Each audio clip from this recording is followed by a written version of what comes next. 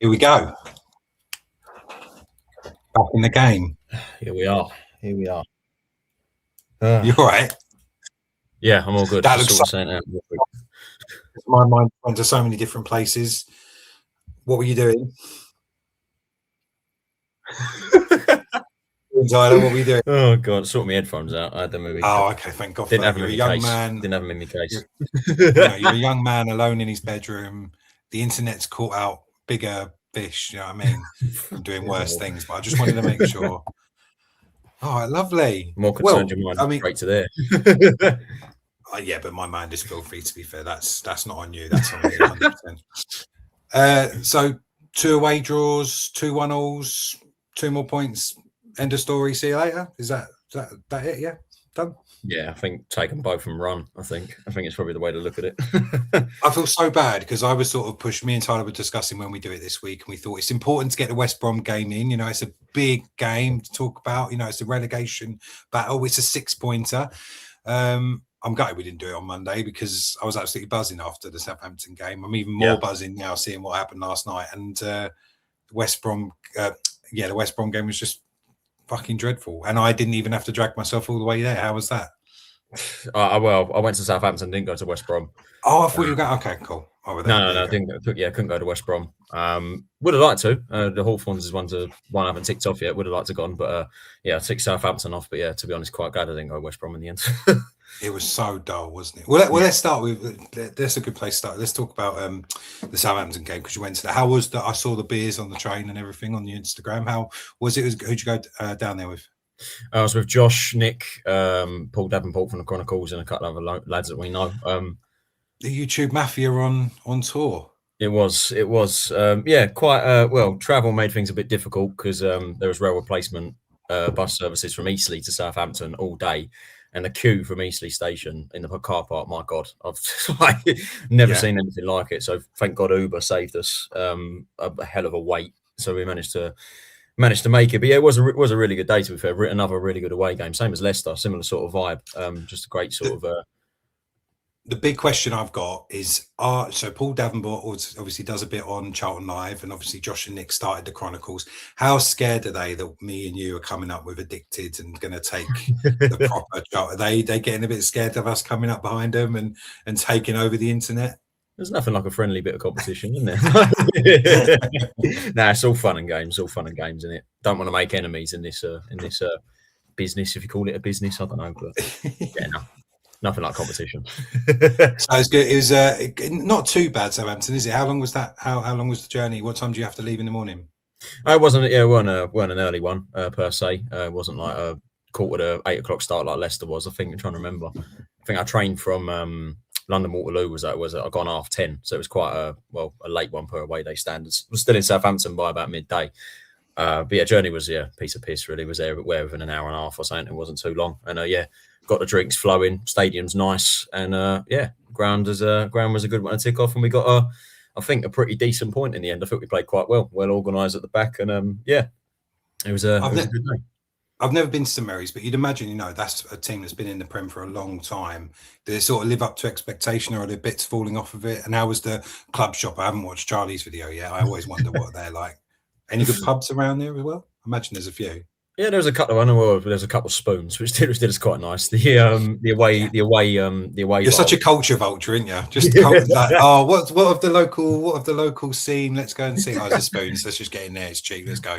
No, we did go to away fans pub, to be fair, because there was another one that we were going to go into, but they were home fans only. So they directed us to the away bar, and that was quite good actually. All the Charlton fans were watching. West Brom play Coventry on one screen and Leicester play Stoke on the other, and we're cheering with them dropping points. It was great.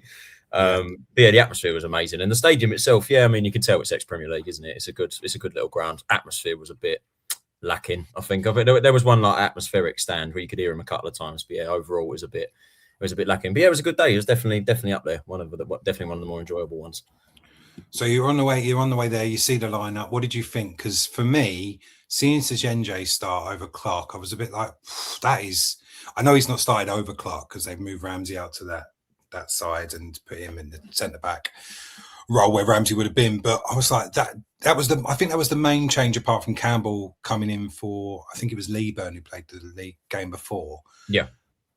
I thought Sichenje was class, to be honest. I felt, especially in that Southampton game, I thought he was brilliant. And I obviously seeing Jones talk about it afterwards. It was to keep Sichenje kind of covered with two, I'm guessing, more quicker players, I guess, because Clark's no slouch defensively. Like, he knows what he's doing, but maybe he's not quite as much pace. What did you think of the lineup, though? I mean, pretty strong, really, isn't it? Apart from, like we said, Campbell, you'd kind of have that all day long.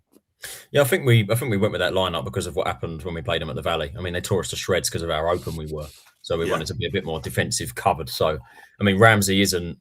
I mean, he's played the centre-back role for quite a while now, but he's not a natural centre-back. Like, you probably say wing-back is his natural position, or full-back. So having a natural centre-half was probably the best approach. When we saw that lineup in the pub, we got, I think, a bit more psyched up because Sichenje was playing. We were a bit excited to see him, like, all right, I'm feeling up for this now. Let's see how he's going to do. And he was, I think, to be honest, I think first half, I think he took a little bit to get in the game. I think he looked a little bit out of place in the first half. You could tell he was kind of adapting to the game as it went along. But second half, I thought it was brilliant. I don't think he was player of the match as much as the Kenyans voted for him. I mean, you put him in a vote, the Kenyans are going to win it. They're going to vote. Apparently, there's 8,000 more votes than we get on average. Like, it's normally around 2 or 3, and there was like 11 or 12,000 votes. Insane. And like, well, to be serious though, I thought he really grew into it. I thought he gave a lot of sloppy fouls away early on from just not having that know-how. But I think he did. He didn't do that in the second half. He'd obviously learned a bit, and he didn't really do it last night either. So it seems like he's learning and adapting quickly. Yeah, that's a good thing. I think we kind of knew from how he's playing in Serbia the kind of player he is. You know, he's going to make mistakes. We know it. He's going to make mistakes because he's never played at this level before. But we know that he's got the potential, and we know that he is one of the more like he's like a no nonsense centre half, and he just gets stuck in, throws his body back, and he knows how to spray a pass, which is good. So he's going to be very raw to begin with. But I was very impressed with him against Southampton, and last night I think he done a good job as well under the circumstances. But I wouldn't rate him as highly as the Kenyans do just yet. But I do love the guy, and we'll see how he does. His interview after the game was great as well. But he seems like a nice enough lad. I am absolutely terrified about the comments we're going to get below. I reckon it's going to be worse than the Millwall game, to be honest. I reckon we're going to get absolutely slated. No, it was good. It's guaranteed that Sichenje's winning player of the year, by the way. It's just like it's going to happen. I love the comments as well. I mean, after the game, I took a screenshot of a couple of them. I'll try and load them up on here because I didn't think to do that before. But the way they were saying, "Oh, Sonny Kerry was good. Sichenje's taught him all he knows. We coached him. Sichenje obviously taught him how to finish. He should probably share half of his goal bonus." It is absolutely brilliant. We need that, don't we? We need, like, we're so miserable, and it's also like boring. The comments. This has been an absolute masterclass in how to increase the banter on the pages, because they've just that absolutely taken over, and I'm 100% here for it. It's refreshing, isn't it? And it's a marketing masterstroke. The engagement, engagement has been ridiculous. You know, it's brilliant. You can definitely see the positivity. I know a lot of people are moaning about it, and don't get me wrong, it can get a little bit excessive sometimes. But I mean, I think it's just all fun and games, to be honest. And it shows exactly I say that's exactly why we signed him. Hopefully, in terms of his footballing ability, that's more important. But we can see we're already reaping the benefits off the pitch. Maybe I'm underselling us. If Charlie Methven was still here, I would have thought it'd been a marketing thing. I genuinely don't think the marketing thing. I definitely don't think it's why he's playing him. I don't think Jones is going to let any signing like that happen for anyone that's not like good enough to play in the team. I just think that's just been I genuinely think he's turned up and they've gone, fucking hell, this is good. Maybe we should get because otherwise they would have done loads of stuff out in Kenya before he came. Do you know what I mean? I just don't think I think there'll be more outreach now. Maybe they'll start playing for playing rights over or something for the fans, like they tried to steal the coaches from Gillingham. I remember when we tried to steal them when we were in the Prem, started sending coaches around to the Gillingham's basically front door. Maybe we'll start doing that with Kenyan fans. But I genuinely don't think it would surprise me if we thought that through all that way. I think it's just been a lucky side effect of it. I mean, I don't see our scouts identifying a random Kenyan centre half from the Serbian league for no reason, or just purely for marketing. You know, we're signing him obviously because we think he's good enough to do it. I mean, the Serbian league is probably quite close to championship level, if we're being honest. I mean, Ivanovic comes from the same club and he plays for Millwall and he's smashing it for them. So, you know, I think the marketing's just been a great bonus of that. I mean, it's the same when Kaheem Dixon come over. You know, we got that little Jamaican partnership as well. It's kind of the same thing, although to be honest, that's kind of been a bit more on the marketing side than football inside because he just hasn't got any minutes. Whereas Sichenje, I think he's definitely got a case to make his way into the team progressively, and come next season he could be a regular starter. But yeah, the marketing's just been a side effect of that, and it's been great. It's been great. Absolutely love it. So the game as a whole, though, I mean, I think we played ugly. And I was watching Charlton live, and there was a few comments saying that performance still isn't up to scratch. We're still not creating anything. So it's completely the wrong way of looking at that game. They battered us when we played them at home. We're going away. We were there to disrupt them and cause problems and be an awkward team to play against, and hopefully catch them with something on the break. And that's exactly what we did. And I think you only have to look at the results last night: 5-0 against QPR, like who are we know that from when we played them. Like that shows how good that performance was. Yeah, I think this is where this is mostly going to be the discussion, because if you look at the general performance from Southampton and then against West Brom, the performance level is probably quite similar. The difference is the opponent we're playing against. Against Southampton, you know, they smashed the living daylights out of us at the Valley. We needed to be more defensively organised. We needed to be a unit, and we needed to play ugly, because if we played more open, they've got the players to attack us. I mean, Sichenje, we know what threat he is, and then they got Zaz, Tom Fellows, Ross Stewart as well. They've got great players in that team. And yeah, it wasn't pretty. I mean, Southampton had chances in the first half. Kaminsky pulled off some great saves. They hit the bar. We didn't really attack them as much as we probably could have, maybe. I think TC was fairly ineffective, but I don't think he had a terrible game. I think he drove forward a couple of times, just kind of struggled to get things going as we typically do with the attack. But we were just a lot more defensively organised. I mean, in the second half, Stewart's header's brilliant. There's nothing you can really do about that. It's a great cross. It's a fantastic header. You can't do anything about that. It's weird, isn't it? Because it doesn't look like there's any pace on the ball, but he gets his neck back and somehow manages to speed it up. He almost puts it in fast forward and loops it over Kaminsky as well. It's like God knows how he's done that. It almost defies the laws of physics. It's unbelievable. It's brilliant. And I actually, I know we're going back to the away game, I actually missed both goals because I was in the concourse finishing with beer. I went down I didn't miss it. I was there, the TV, thankfully, so I saw both of them, but there was a delay. So you'd hear this crowd chant, and then 2 seconds later, the goal would happen. So it happened for both goals because I took ages to finish, all of us to finish our pints. There's a good like 150 Charlton fans still down there at the very least. There was still. It's all about, isn't it? We're not there to watch football. We're there to drink beer. Come on. But yeah, from an attacking perspective, I mean, after Southampton scored, I thought, well, that's that then, because I mean, in terms of attacking quality, I thought that's that done. But then, Sonny Kerry again, you know, you get that chance and you're going to finish it. And we went mental in that concourse, ran straight up to the thing after that. And I think, to be honest, we just held our own. I think Southampton just struggled to really get through our defence. I mean, I think the second half we definitely grew more into the game. I think I remember correctly, we had a chance or two to potentially nick it, which would have been unreal. But I think all round, considering the opponent, I think the performance was actually pretty decent. A lot more defensively drilled, solid, and we got a very good point. The difference is we played exactly the same way against West Brom, and we'll talk about this in a second, but that's the bad side of it, because we played against a relegation rival and played like that. It's not as good, or it's not good at all, if we're being honest. But against Southampton, you have to take that point. 100%. I mean, you look at the stats: 23 shots to our 6, 8 shots on target to our 3. Like the extra. But then I guess the other story, and I'm not one for XG, but when you look at, they had a 1.04 and we had 0.85. What that tells you is we were much less likely to get. Well, actually, we weren't that much less likely to get a goal, and for all of their shots, they actually don't have a ridiculously big XG. And I think that's what it shows, is how much we just basically consolidated, broke them down, caused them problems, and made it difficult for them. Tyler's sort of gone a little bit there, so I'll just talk to you for a little bit. Hi guys, how you doing? Yeah, I think that was the big thing though. What the next thing I was going to ask Tyler was about TC, because obviously he starts in that game, and for the life of me, I can't remember him doing much early on in the game. Like, I mean, he was a bit of a terrier. He got around it a bit, and he was definitely better than he was last night. But how much did he actually add up top? Because we're hearing so much that we want to, like, this Dykes Dykes-Leeburn partnership isn't working. It only really worked in the Leicester game. But what are the alternatives? I mean, if TC's that only other option, is that really coming off? I mean, maybe that TC is kind of in the wrong position there because he was sort of a little bit further back and playing a bit off. And let me see if I can find it.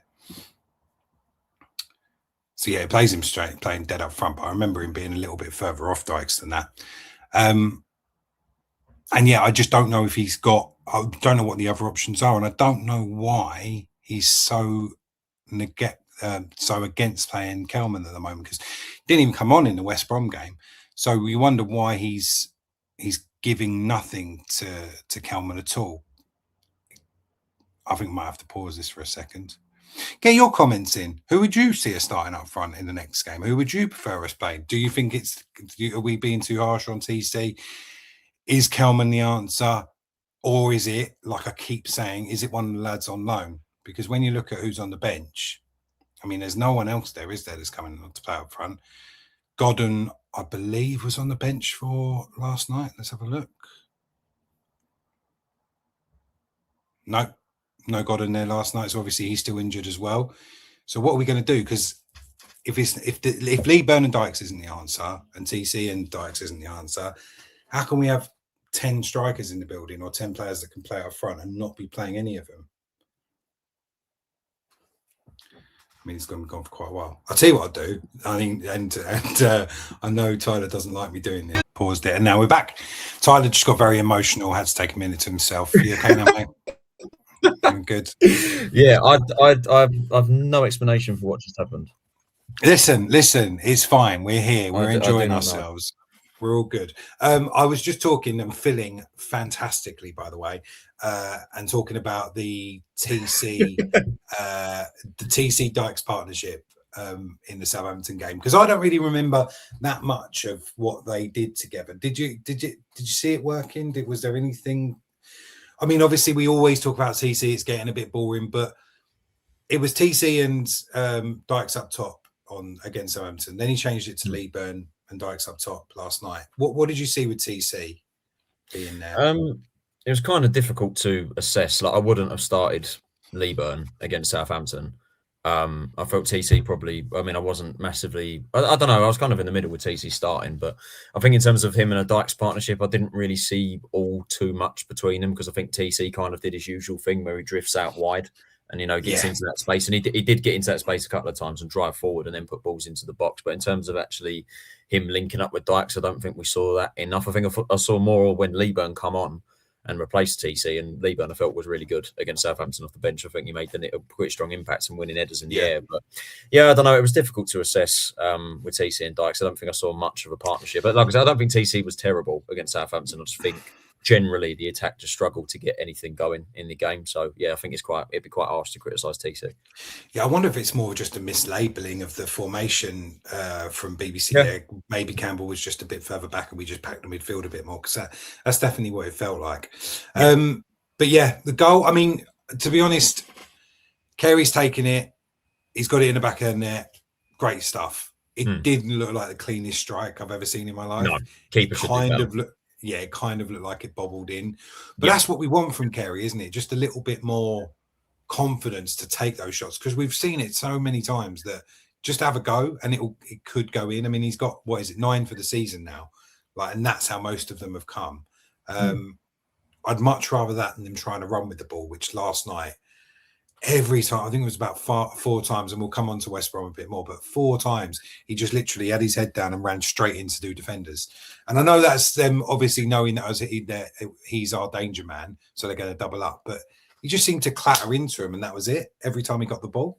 And this is what I continue to say. You know, he knows how to run with the ball, but he doesn't know what direction to run in other than straight. That's it. If he runs in a straight line, if there's a defender in front of him, no, I'm just going to keep going straight and I'm going to see what happens and get a shot away. But that's Kerry's quality. You know, if you get him the ball in space and you give him the time to shoot, most of the time he's going to find the back of the net. And that one, as you said, wasn't the cleanest to strike. Keeper should be doing a lot better, for being honest. But you know what? Take the goal and run.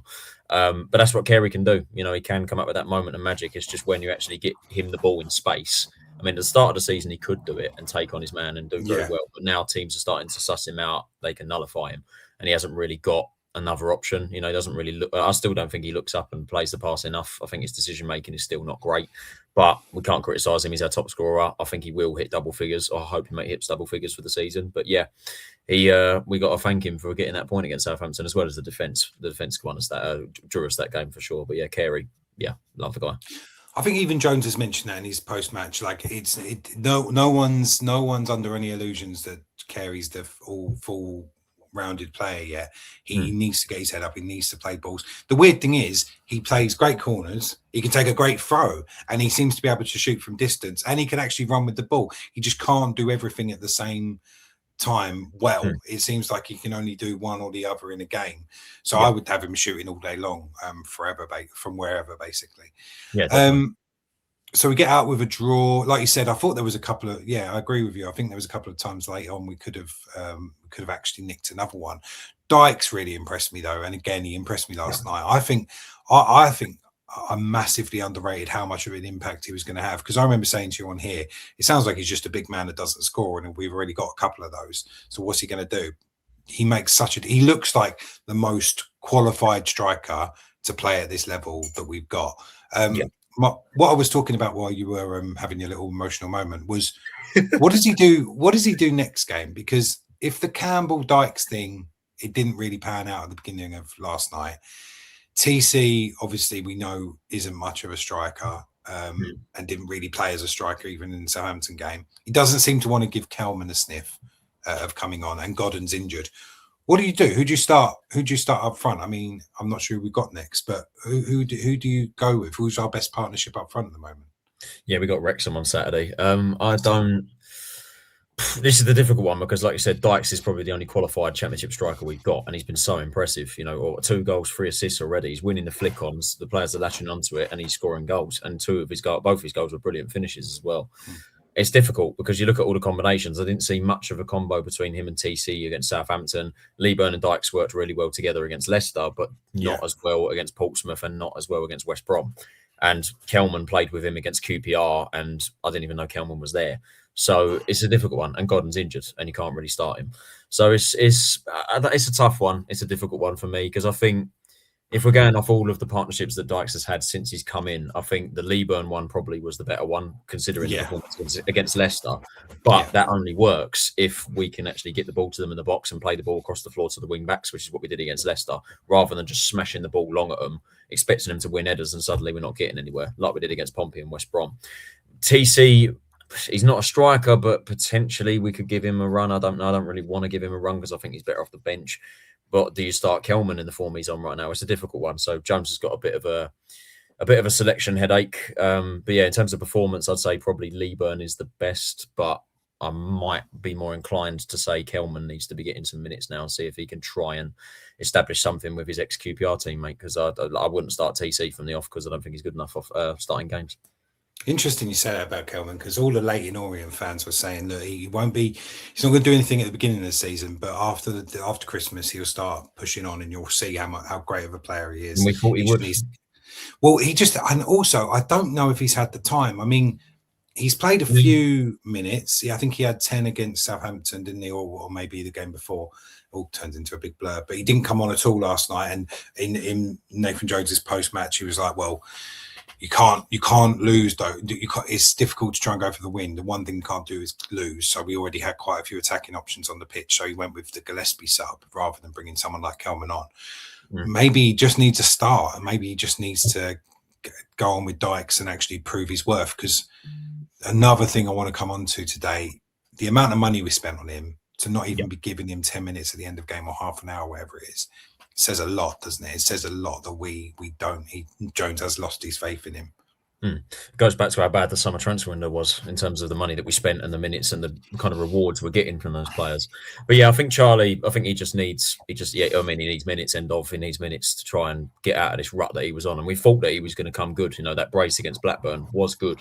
And we thought, here we go, this is the Charlie Kelman we signed. And then after that, he started 4 or 5 games on the spin or something like that, or the 5 games after that, he just went missing. Like, you couldn't tell whether he was on the pitch or not. And we just need to, I don't know, I still think it's a system thing. I don't think he suits this system. I think he's still lost and trying to figure out what his role actually is in this system. And I just think he needs that time to adapt. But for whatever reason, Jones is just not giving him that opportunity. And it does, like you just said there, I do think he has kind of lost faith in him, because the impact he's had in the last 5 games has been absolutely nothing. So if he's not going to have an impact, what's the point in giving him? Yeah. I don't know if I've lost you again or he's just gone a bit. Oh, he's gone again. Brilliant. Do you know the technical and the proficiency and professionalism of this podcast is it knows no bounds. We keep on. We just get better and better. Let me pause for a second. We'll be back when Tyler's sorted his fucking internet out. Good recording. Honestly, this is, oh my god. we're if nothing else, we're professional. Yeah. That's what they've came for. That's what they want. They don't want the personality. They don't want the jokes. They want to see the professionalism we've got. All right. Well, look, before we lose you again, let's talk about West Brom. Because internet cuts out on me and then my laptop dies. Honestly, joke. And you're throwing your voice now. You took that drink while you were talking. That was pretty impressive. Let's talk West Brom. I don't know how out of date. You're probably going to speed up in a second. It will catch up. It'll be fine. 2 big changes to the lineup. So Harry Clark comes back in, and we see Lee Byrne come in for Campbell in the starting lineup. Any big thoughts about it? Were you happy? Were you sad? Were you impressed? I was I was kind of in 2 minds about going into this game, because I actually thought we should probably be looking to attack them. So, for example, I actually thought TC probably should have started this game and give him an opportunity to attack them from the off. I knew Sichenje couldn't play again on Tuesday, considering he went down with cramp against Southampton, so I thought it would be too soon to play him.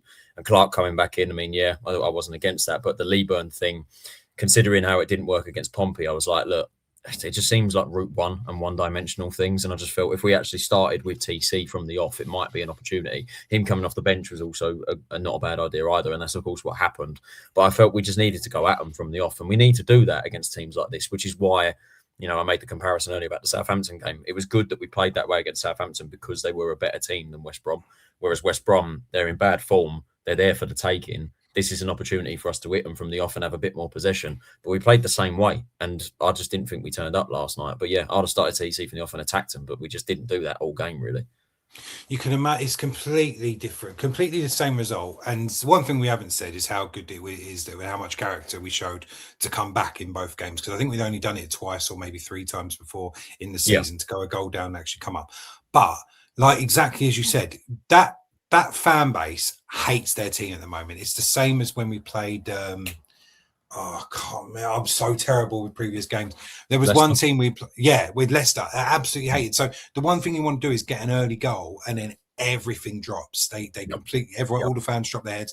The team haven't got the belief in the manager. The manager hasn't got the belief in the players. It's going to be the same again. So you think you get an early goal, sets it all up. But we almost didn't even. I can't remember even any early chances. It's so boring. And I don't know if you believe the rumours, but this story about us having to walk for 10 minutes apparently has upset everything. Apparently players can't play when they have to walk for 10 minutes. They don't do a lot of that, apparently, walking with their stuff. Did you hear this about the coach and the traffic? No, that's news to me. So I listened to this, the Richard Cooley Substack, and apparently Nathan Jones made a big thing of it in his post-match. For whatever reason, it sounded like they'd had a fight on the bus at one point, and it sounded like the bus driver had just thrown his toys out of the pram, and then it just sounds from Linden Dyke, so there was just a load of traffic, and they had to basically park up and walk because otherwise they wouldn't have got there on time. But they were half an hour late, and that was because they had to abandon the bus because of the traffic. But that's what Jones is putting it down to. Well, not just what he's putting it down to, but he said that was quite a disruption. We don't know if that's why, but it's something that happened. It's coincided with us having one of the worst first halves that we've had. I mean, I guess those type of things can throw you off if you haven't got the proper time to warm up, and you wonder if maybe not having a proper warm up is what's caused Jones to get that injury. I know he's rolled his ankle, but he's had a problem with that ankle since last season. So maybe there's certain things that he wasn't able to do in the warm-up, or maybe his head's right in the right place, because it's amazing that Jones goes off and then 5 minutes later they score from a corner and it's a completely free header. I think if Jones is on the pitch, that goal doesn't go in. Yeah, absolutely. Jones coming off cost us, I think. I mean, Sichenje, we said, I think he, He did well, but the one centre back you don't want to get injured in this team is Jones, and that's what's happened. And the thing is, it's probably been coming for a long time because Jones has been playing injured for God knows how long, like through injections and everything. I don't think he's been fully fit for months. So it was bound to happen. I'm hoping it's not too serious. If he's just rolled his ankle, we might be okay for Wrexham, hopefully. If not, then Sichenje probably comes in. But yeah, the second we lost him, it just was just the rails off. I mean, to be fair, it was all not looking good even when he was on the pitch because West Brom just dominated possession. I mean, Mikey Johnston, what a player! He had Harry Clark on skates the whole game, cutting us up on the left hand side every single time. It was infuriating. But I mean, when Jones puts that, maybe lack of a warm up maybe can be a disruption. But when I look at that performance and how we've played and how similar that performance has been to how we've played for the last few months, I'm going to call bullshit on the excuse from Jones, to be honest. And to be fair, I'm not. Jones never came out and said that was why. He just said that type of thing doesn't particularly help. So I don't want to throw him under the bus. Throw him under the coach, the not moving coach. But it felt like completely the antithesis of the performance against Southampton. And Southampton got some amazing players, but it just seemed like you said, Johnson just was all over us. He kept cutting up Clark. He was all over him. Is that Sichenje comes on? I think he does another very good job. I think he actually looks a lot more assured than I thought he would. I thought he'd look a lot more erratic. I think there's only one pass he plays back to Kaminsky in the whole game where it's been like, oh, fucking hell, mate. What are you? Other than that, and he's actually, his ability to play a ball into the front too, also very good. But I don't know how many times we said it. I think we've said it pretty much since Jones comes in. The lack of creativity in this team is unbelievable. And when you think of the players that we haven't got in that team, Rankin Costello, like Apter, I know I keep going on about Apter, but Apter not being in this team with two big lumps up front, and Kerry being able to play a ball sometimes, but never really that defense cutting past. I can't look at anyone in. I think the game plan is to Ramsey, Bell, Chambers, Clark. Their job is to just get it into the front two, and that's about it. That's our only real game plan. And it just doesn't. It wasn't enough against a team like West Brom. We needed to be, like you said, more bold and maybe go with another attacking player rather than the defensive player. We set up too negatively against the bottom teams. It works against the top sides like Southampton, for example, because we know how good they are and we know they're a threat. So we play on we know we're not going to have a lot of the possession. So we play on the defensive and try and meet them on the counter attack. And to an extent, for most of this season, it has worked. Countless times we've got points against teams like that. When you play teams against the bottom who are not as in form, and like you said earlier, West Brom absolutely hate their manager, who they've now sacked, which is typical. Have they? No, to be fair, how many times have they been sacked just before we play them? I'd much rather it be just after rather than just before, because we've dealt with so many new manager bounces. But now we're risking a manager bounce for West Brom, which puts us under a bit of pressure. But that's the only thing. But anyway, when we're playing a team like that, I mean, you need to, at the very least, have a bit of attacking guile about you. Like, you need to try and go at them because they're not in form. If, like you said, if we get an early goal, it's going to go mental because the fans are going to be up against them, and the atmosphere is going to drop, and suddenly the momentum's on our side, and we can control the game from there.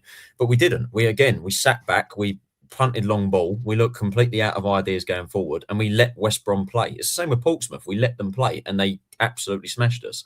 And West Brom, for most of the game, smashed us. And you could probably definitely very easily argue that West Brom should have won that last night with the chances they had, and because they could have won it late on with some of the long shots.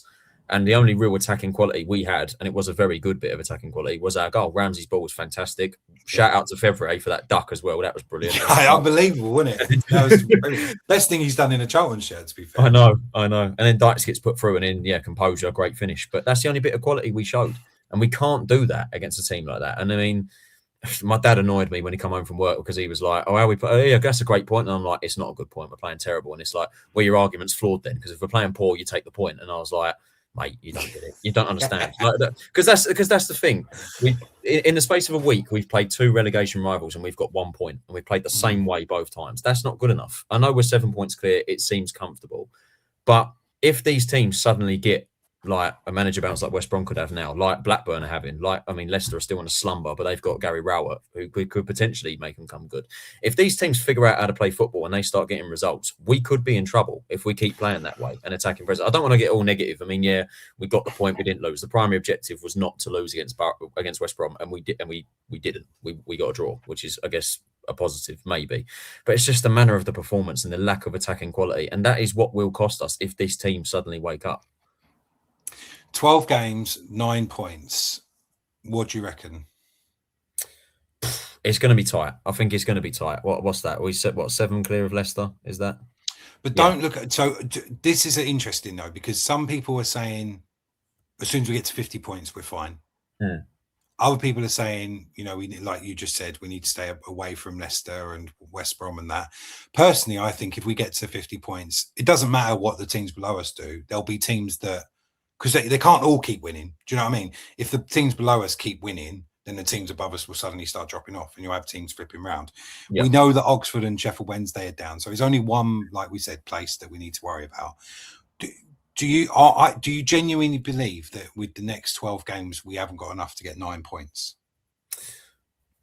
I mean, well, we've got Oxford and Sheffield Wednesday to play, which you'd think in theory would be 6 points there. But judging by how we played against Pompey and West Brom, slightly concerned if we're playing that way. I guess the only difference is that we're playing West Brom and Pompey, who are in a relegation battle. There's a good chance Sheffield Wednesday already relegated. Oxford could be. So that is a bit different in that they might not have anything to fight for. Yeah, I'll make it right. Well, Sheffield Wednesday should be a free hit because they can't win anything for nothing right now.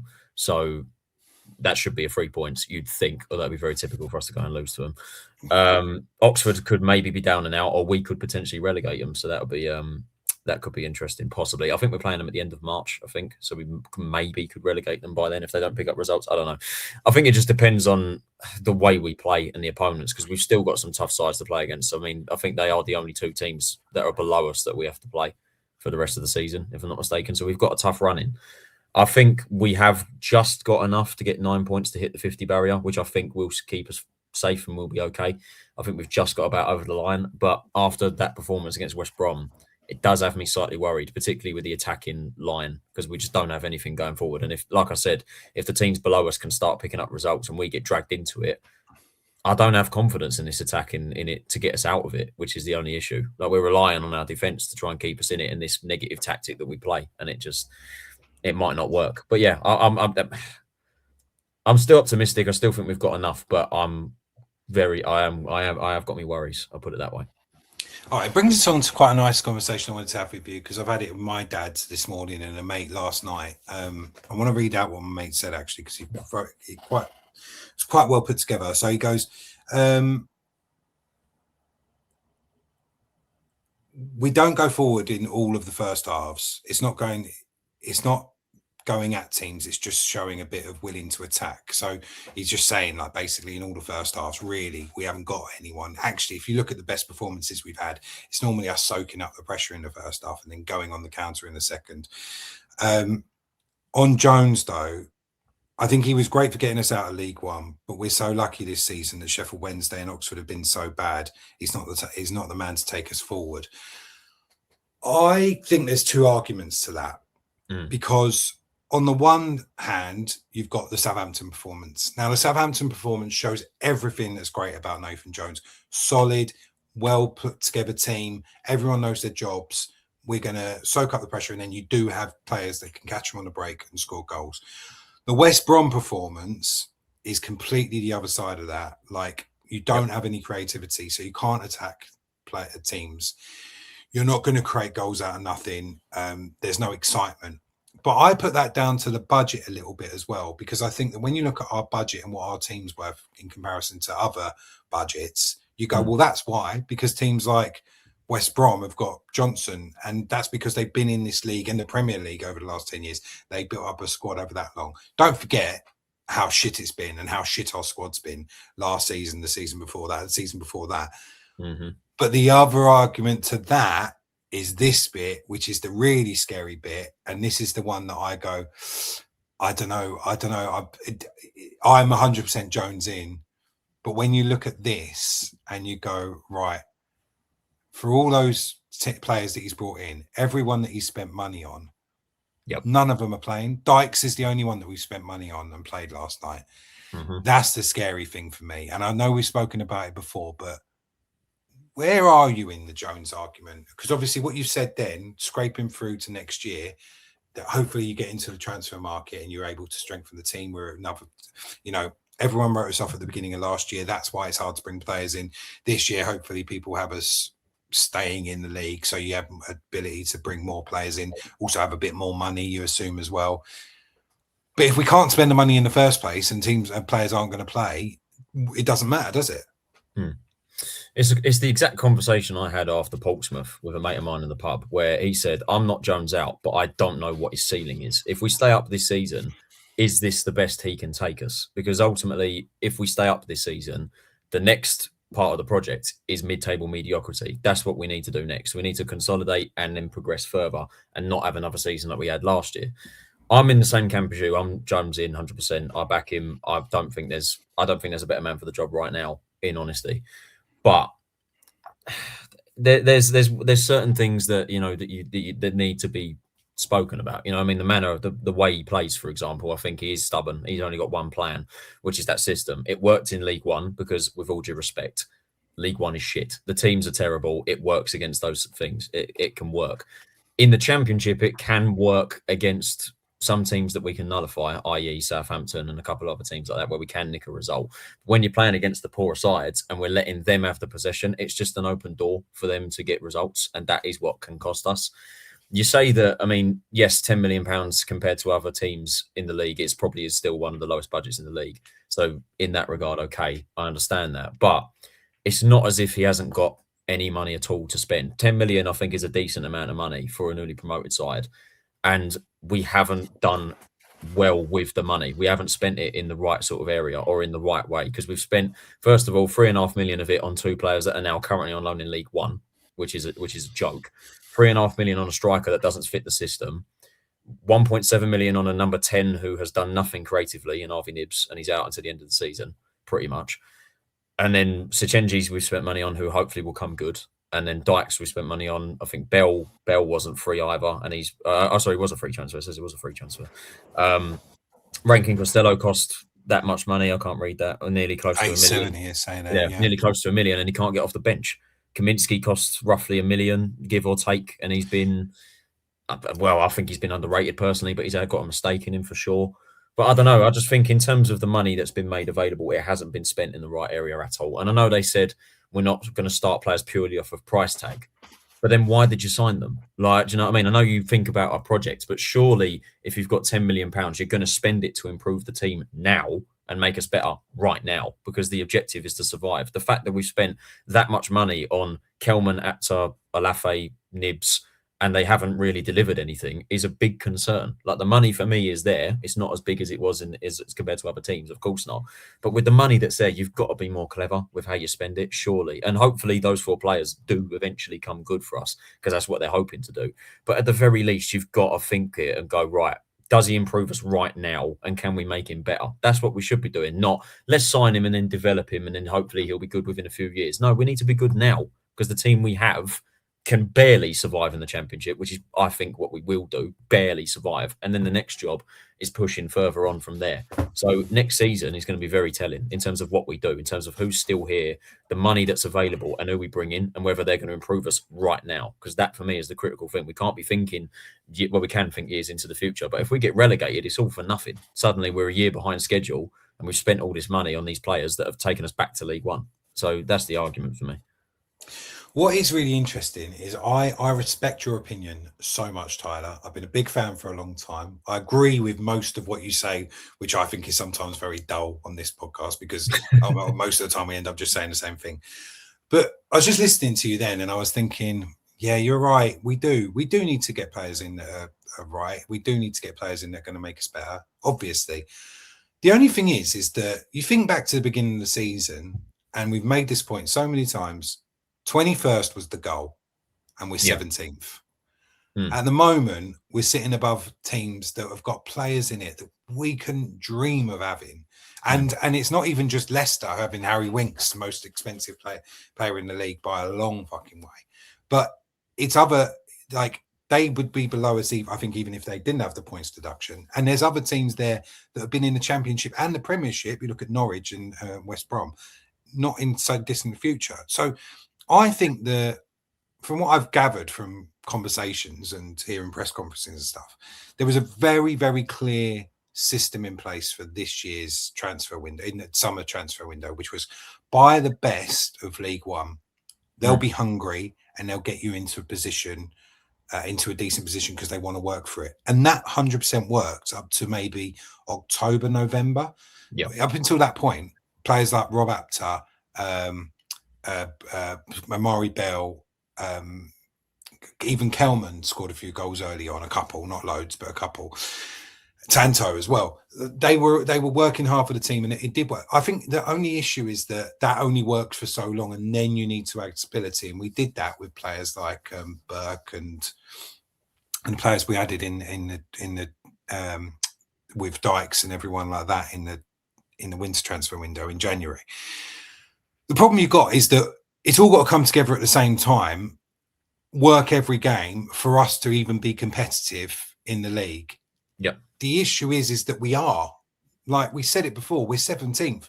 We were never gonna, if you're wanting us to finish 21st, we were never gonna go in and blow teams away every game. No. I think the plan they've got is working because it looks like we're going to stay up. As long as that plan is then in this transfer window to add players that are going to stabilize you in the championship, top level championship players that are in the top 12 or above and are going to keep you there. I think that plan has worked the whole way through. I think it's almost too early to judge it. If we go down, fair enough. It was a shit show. It didn't work. Hold your hands up. It's wrong. But we're not down yet. And nor do we look like we're going to be. So no. I think everyone's just got to take a little bit of a breather and go, right, I know it didn't look pretty last night, but it was still a point away from home. Southampton, unbelievable result. And I know it's only a point. But like I said, we only need 9 points to stay up pretty much. That's on average. That's not even guaranteed. Like there's a good chance you might not even need 50. There's also a chance you might need a couple more. But at the moment, I would say that we're on track. Let's just fucking chill out and enjoy the fact that we're not having to play Burton away. Do you know what I mean? It's like, and we're probably not going to have to play them next year either. Judge them on this transfer window. Judge them on whether we stay up and who we bring in this summer, because it's not easy to bring players in. And I don't think it's their fault that players like Kelman haven't worked out. I guess the only thing that we agree on is the mistreatment of players like Apter. It seems unbelievable, especially the system we're playing at the moment, which is two big guys up front, get balls into them. For me, I can't see anyone better than doing that than Apter. He just maybe isn't defensively minded as he wanted him to be, which you knew before. So that's a question mark. Do we go? I'm talking myself around in circles, but maybe Nathan needs a little bit more help on the transfer side and making a strategy. But ultimately, if we stay up, he's done his job, and I think they'll keep going with whatever he thinks. Yeah, I think you're spot on. I think you're spot on, to be fair. I mean, I said it at the start of the season. The objective is survival. I couldn't care less if we finished 21st on goal difference. The objective was to stay up.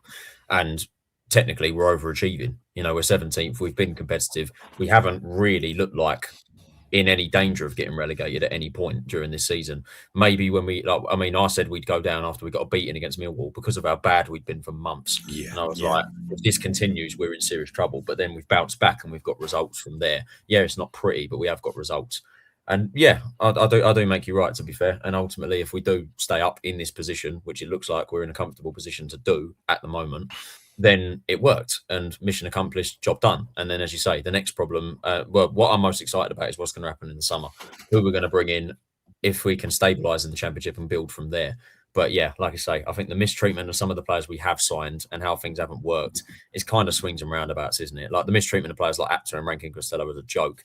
And then the fact that the likes of Nibs and Kelman and Tanto haven't worked out is not necessarily like they didn't plan for that to happen. You know, they brought them in thinking that they were going to fit the system, obviously with a long-term view, and for whatever reason they haven't done it. So we'll just have to wait and see what they can do next year. But yeah, we're on track, we're on plan. If we stay up, it looks genius. It's just there now. We continue from there. If we get relegated, it looks quite bad on how this has worked, and suddenly we're behind schedule, and then we're like, right, we're playing Burton and Bromley away next year. What the fuck do we do now? Right? Yeah, I do make you right. I think you make some good points there. I think you're spot on. I'm very wise, Tyler. Yeah, let's always remember that. All right, this is the remaining fixture list from for the season. Yep. I want you to pick 3 games that we're going to win, and therefore the 9 points is done. and we're staying up, or give me 3 draws and 2 wins. Okay. Well, I can give you 2 wins straight away: Sheffield Wednesday and Oxford. I think we'll win both of those, or should. And if we don't win them, hands up like that. Yeah. Yeah, fair enough. We deserve it. It's fucked. Yeah, quite literally. Who can I see us nicking points against? I can't see us beating Wrexham or Birmingham, and I don't think we get. We've been good at home, but if we lose those games, I don't think that dictates our season. Wrexham, I could maybe see us nicking a point potentially. Birmingham, I'm not sure. I don't know. I could maybe see us nicking a point in both of those, to be fair. But if I was going to say we're going to lose one of them, probably Wrexham. I can maybe see us nicking a point against Birmingham.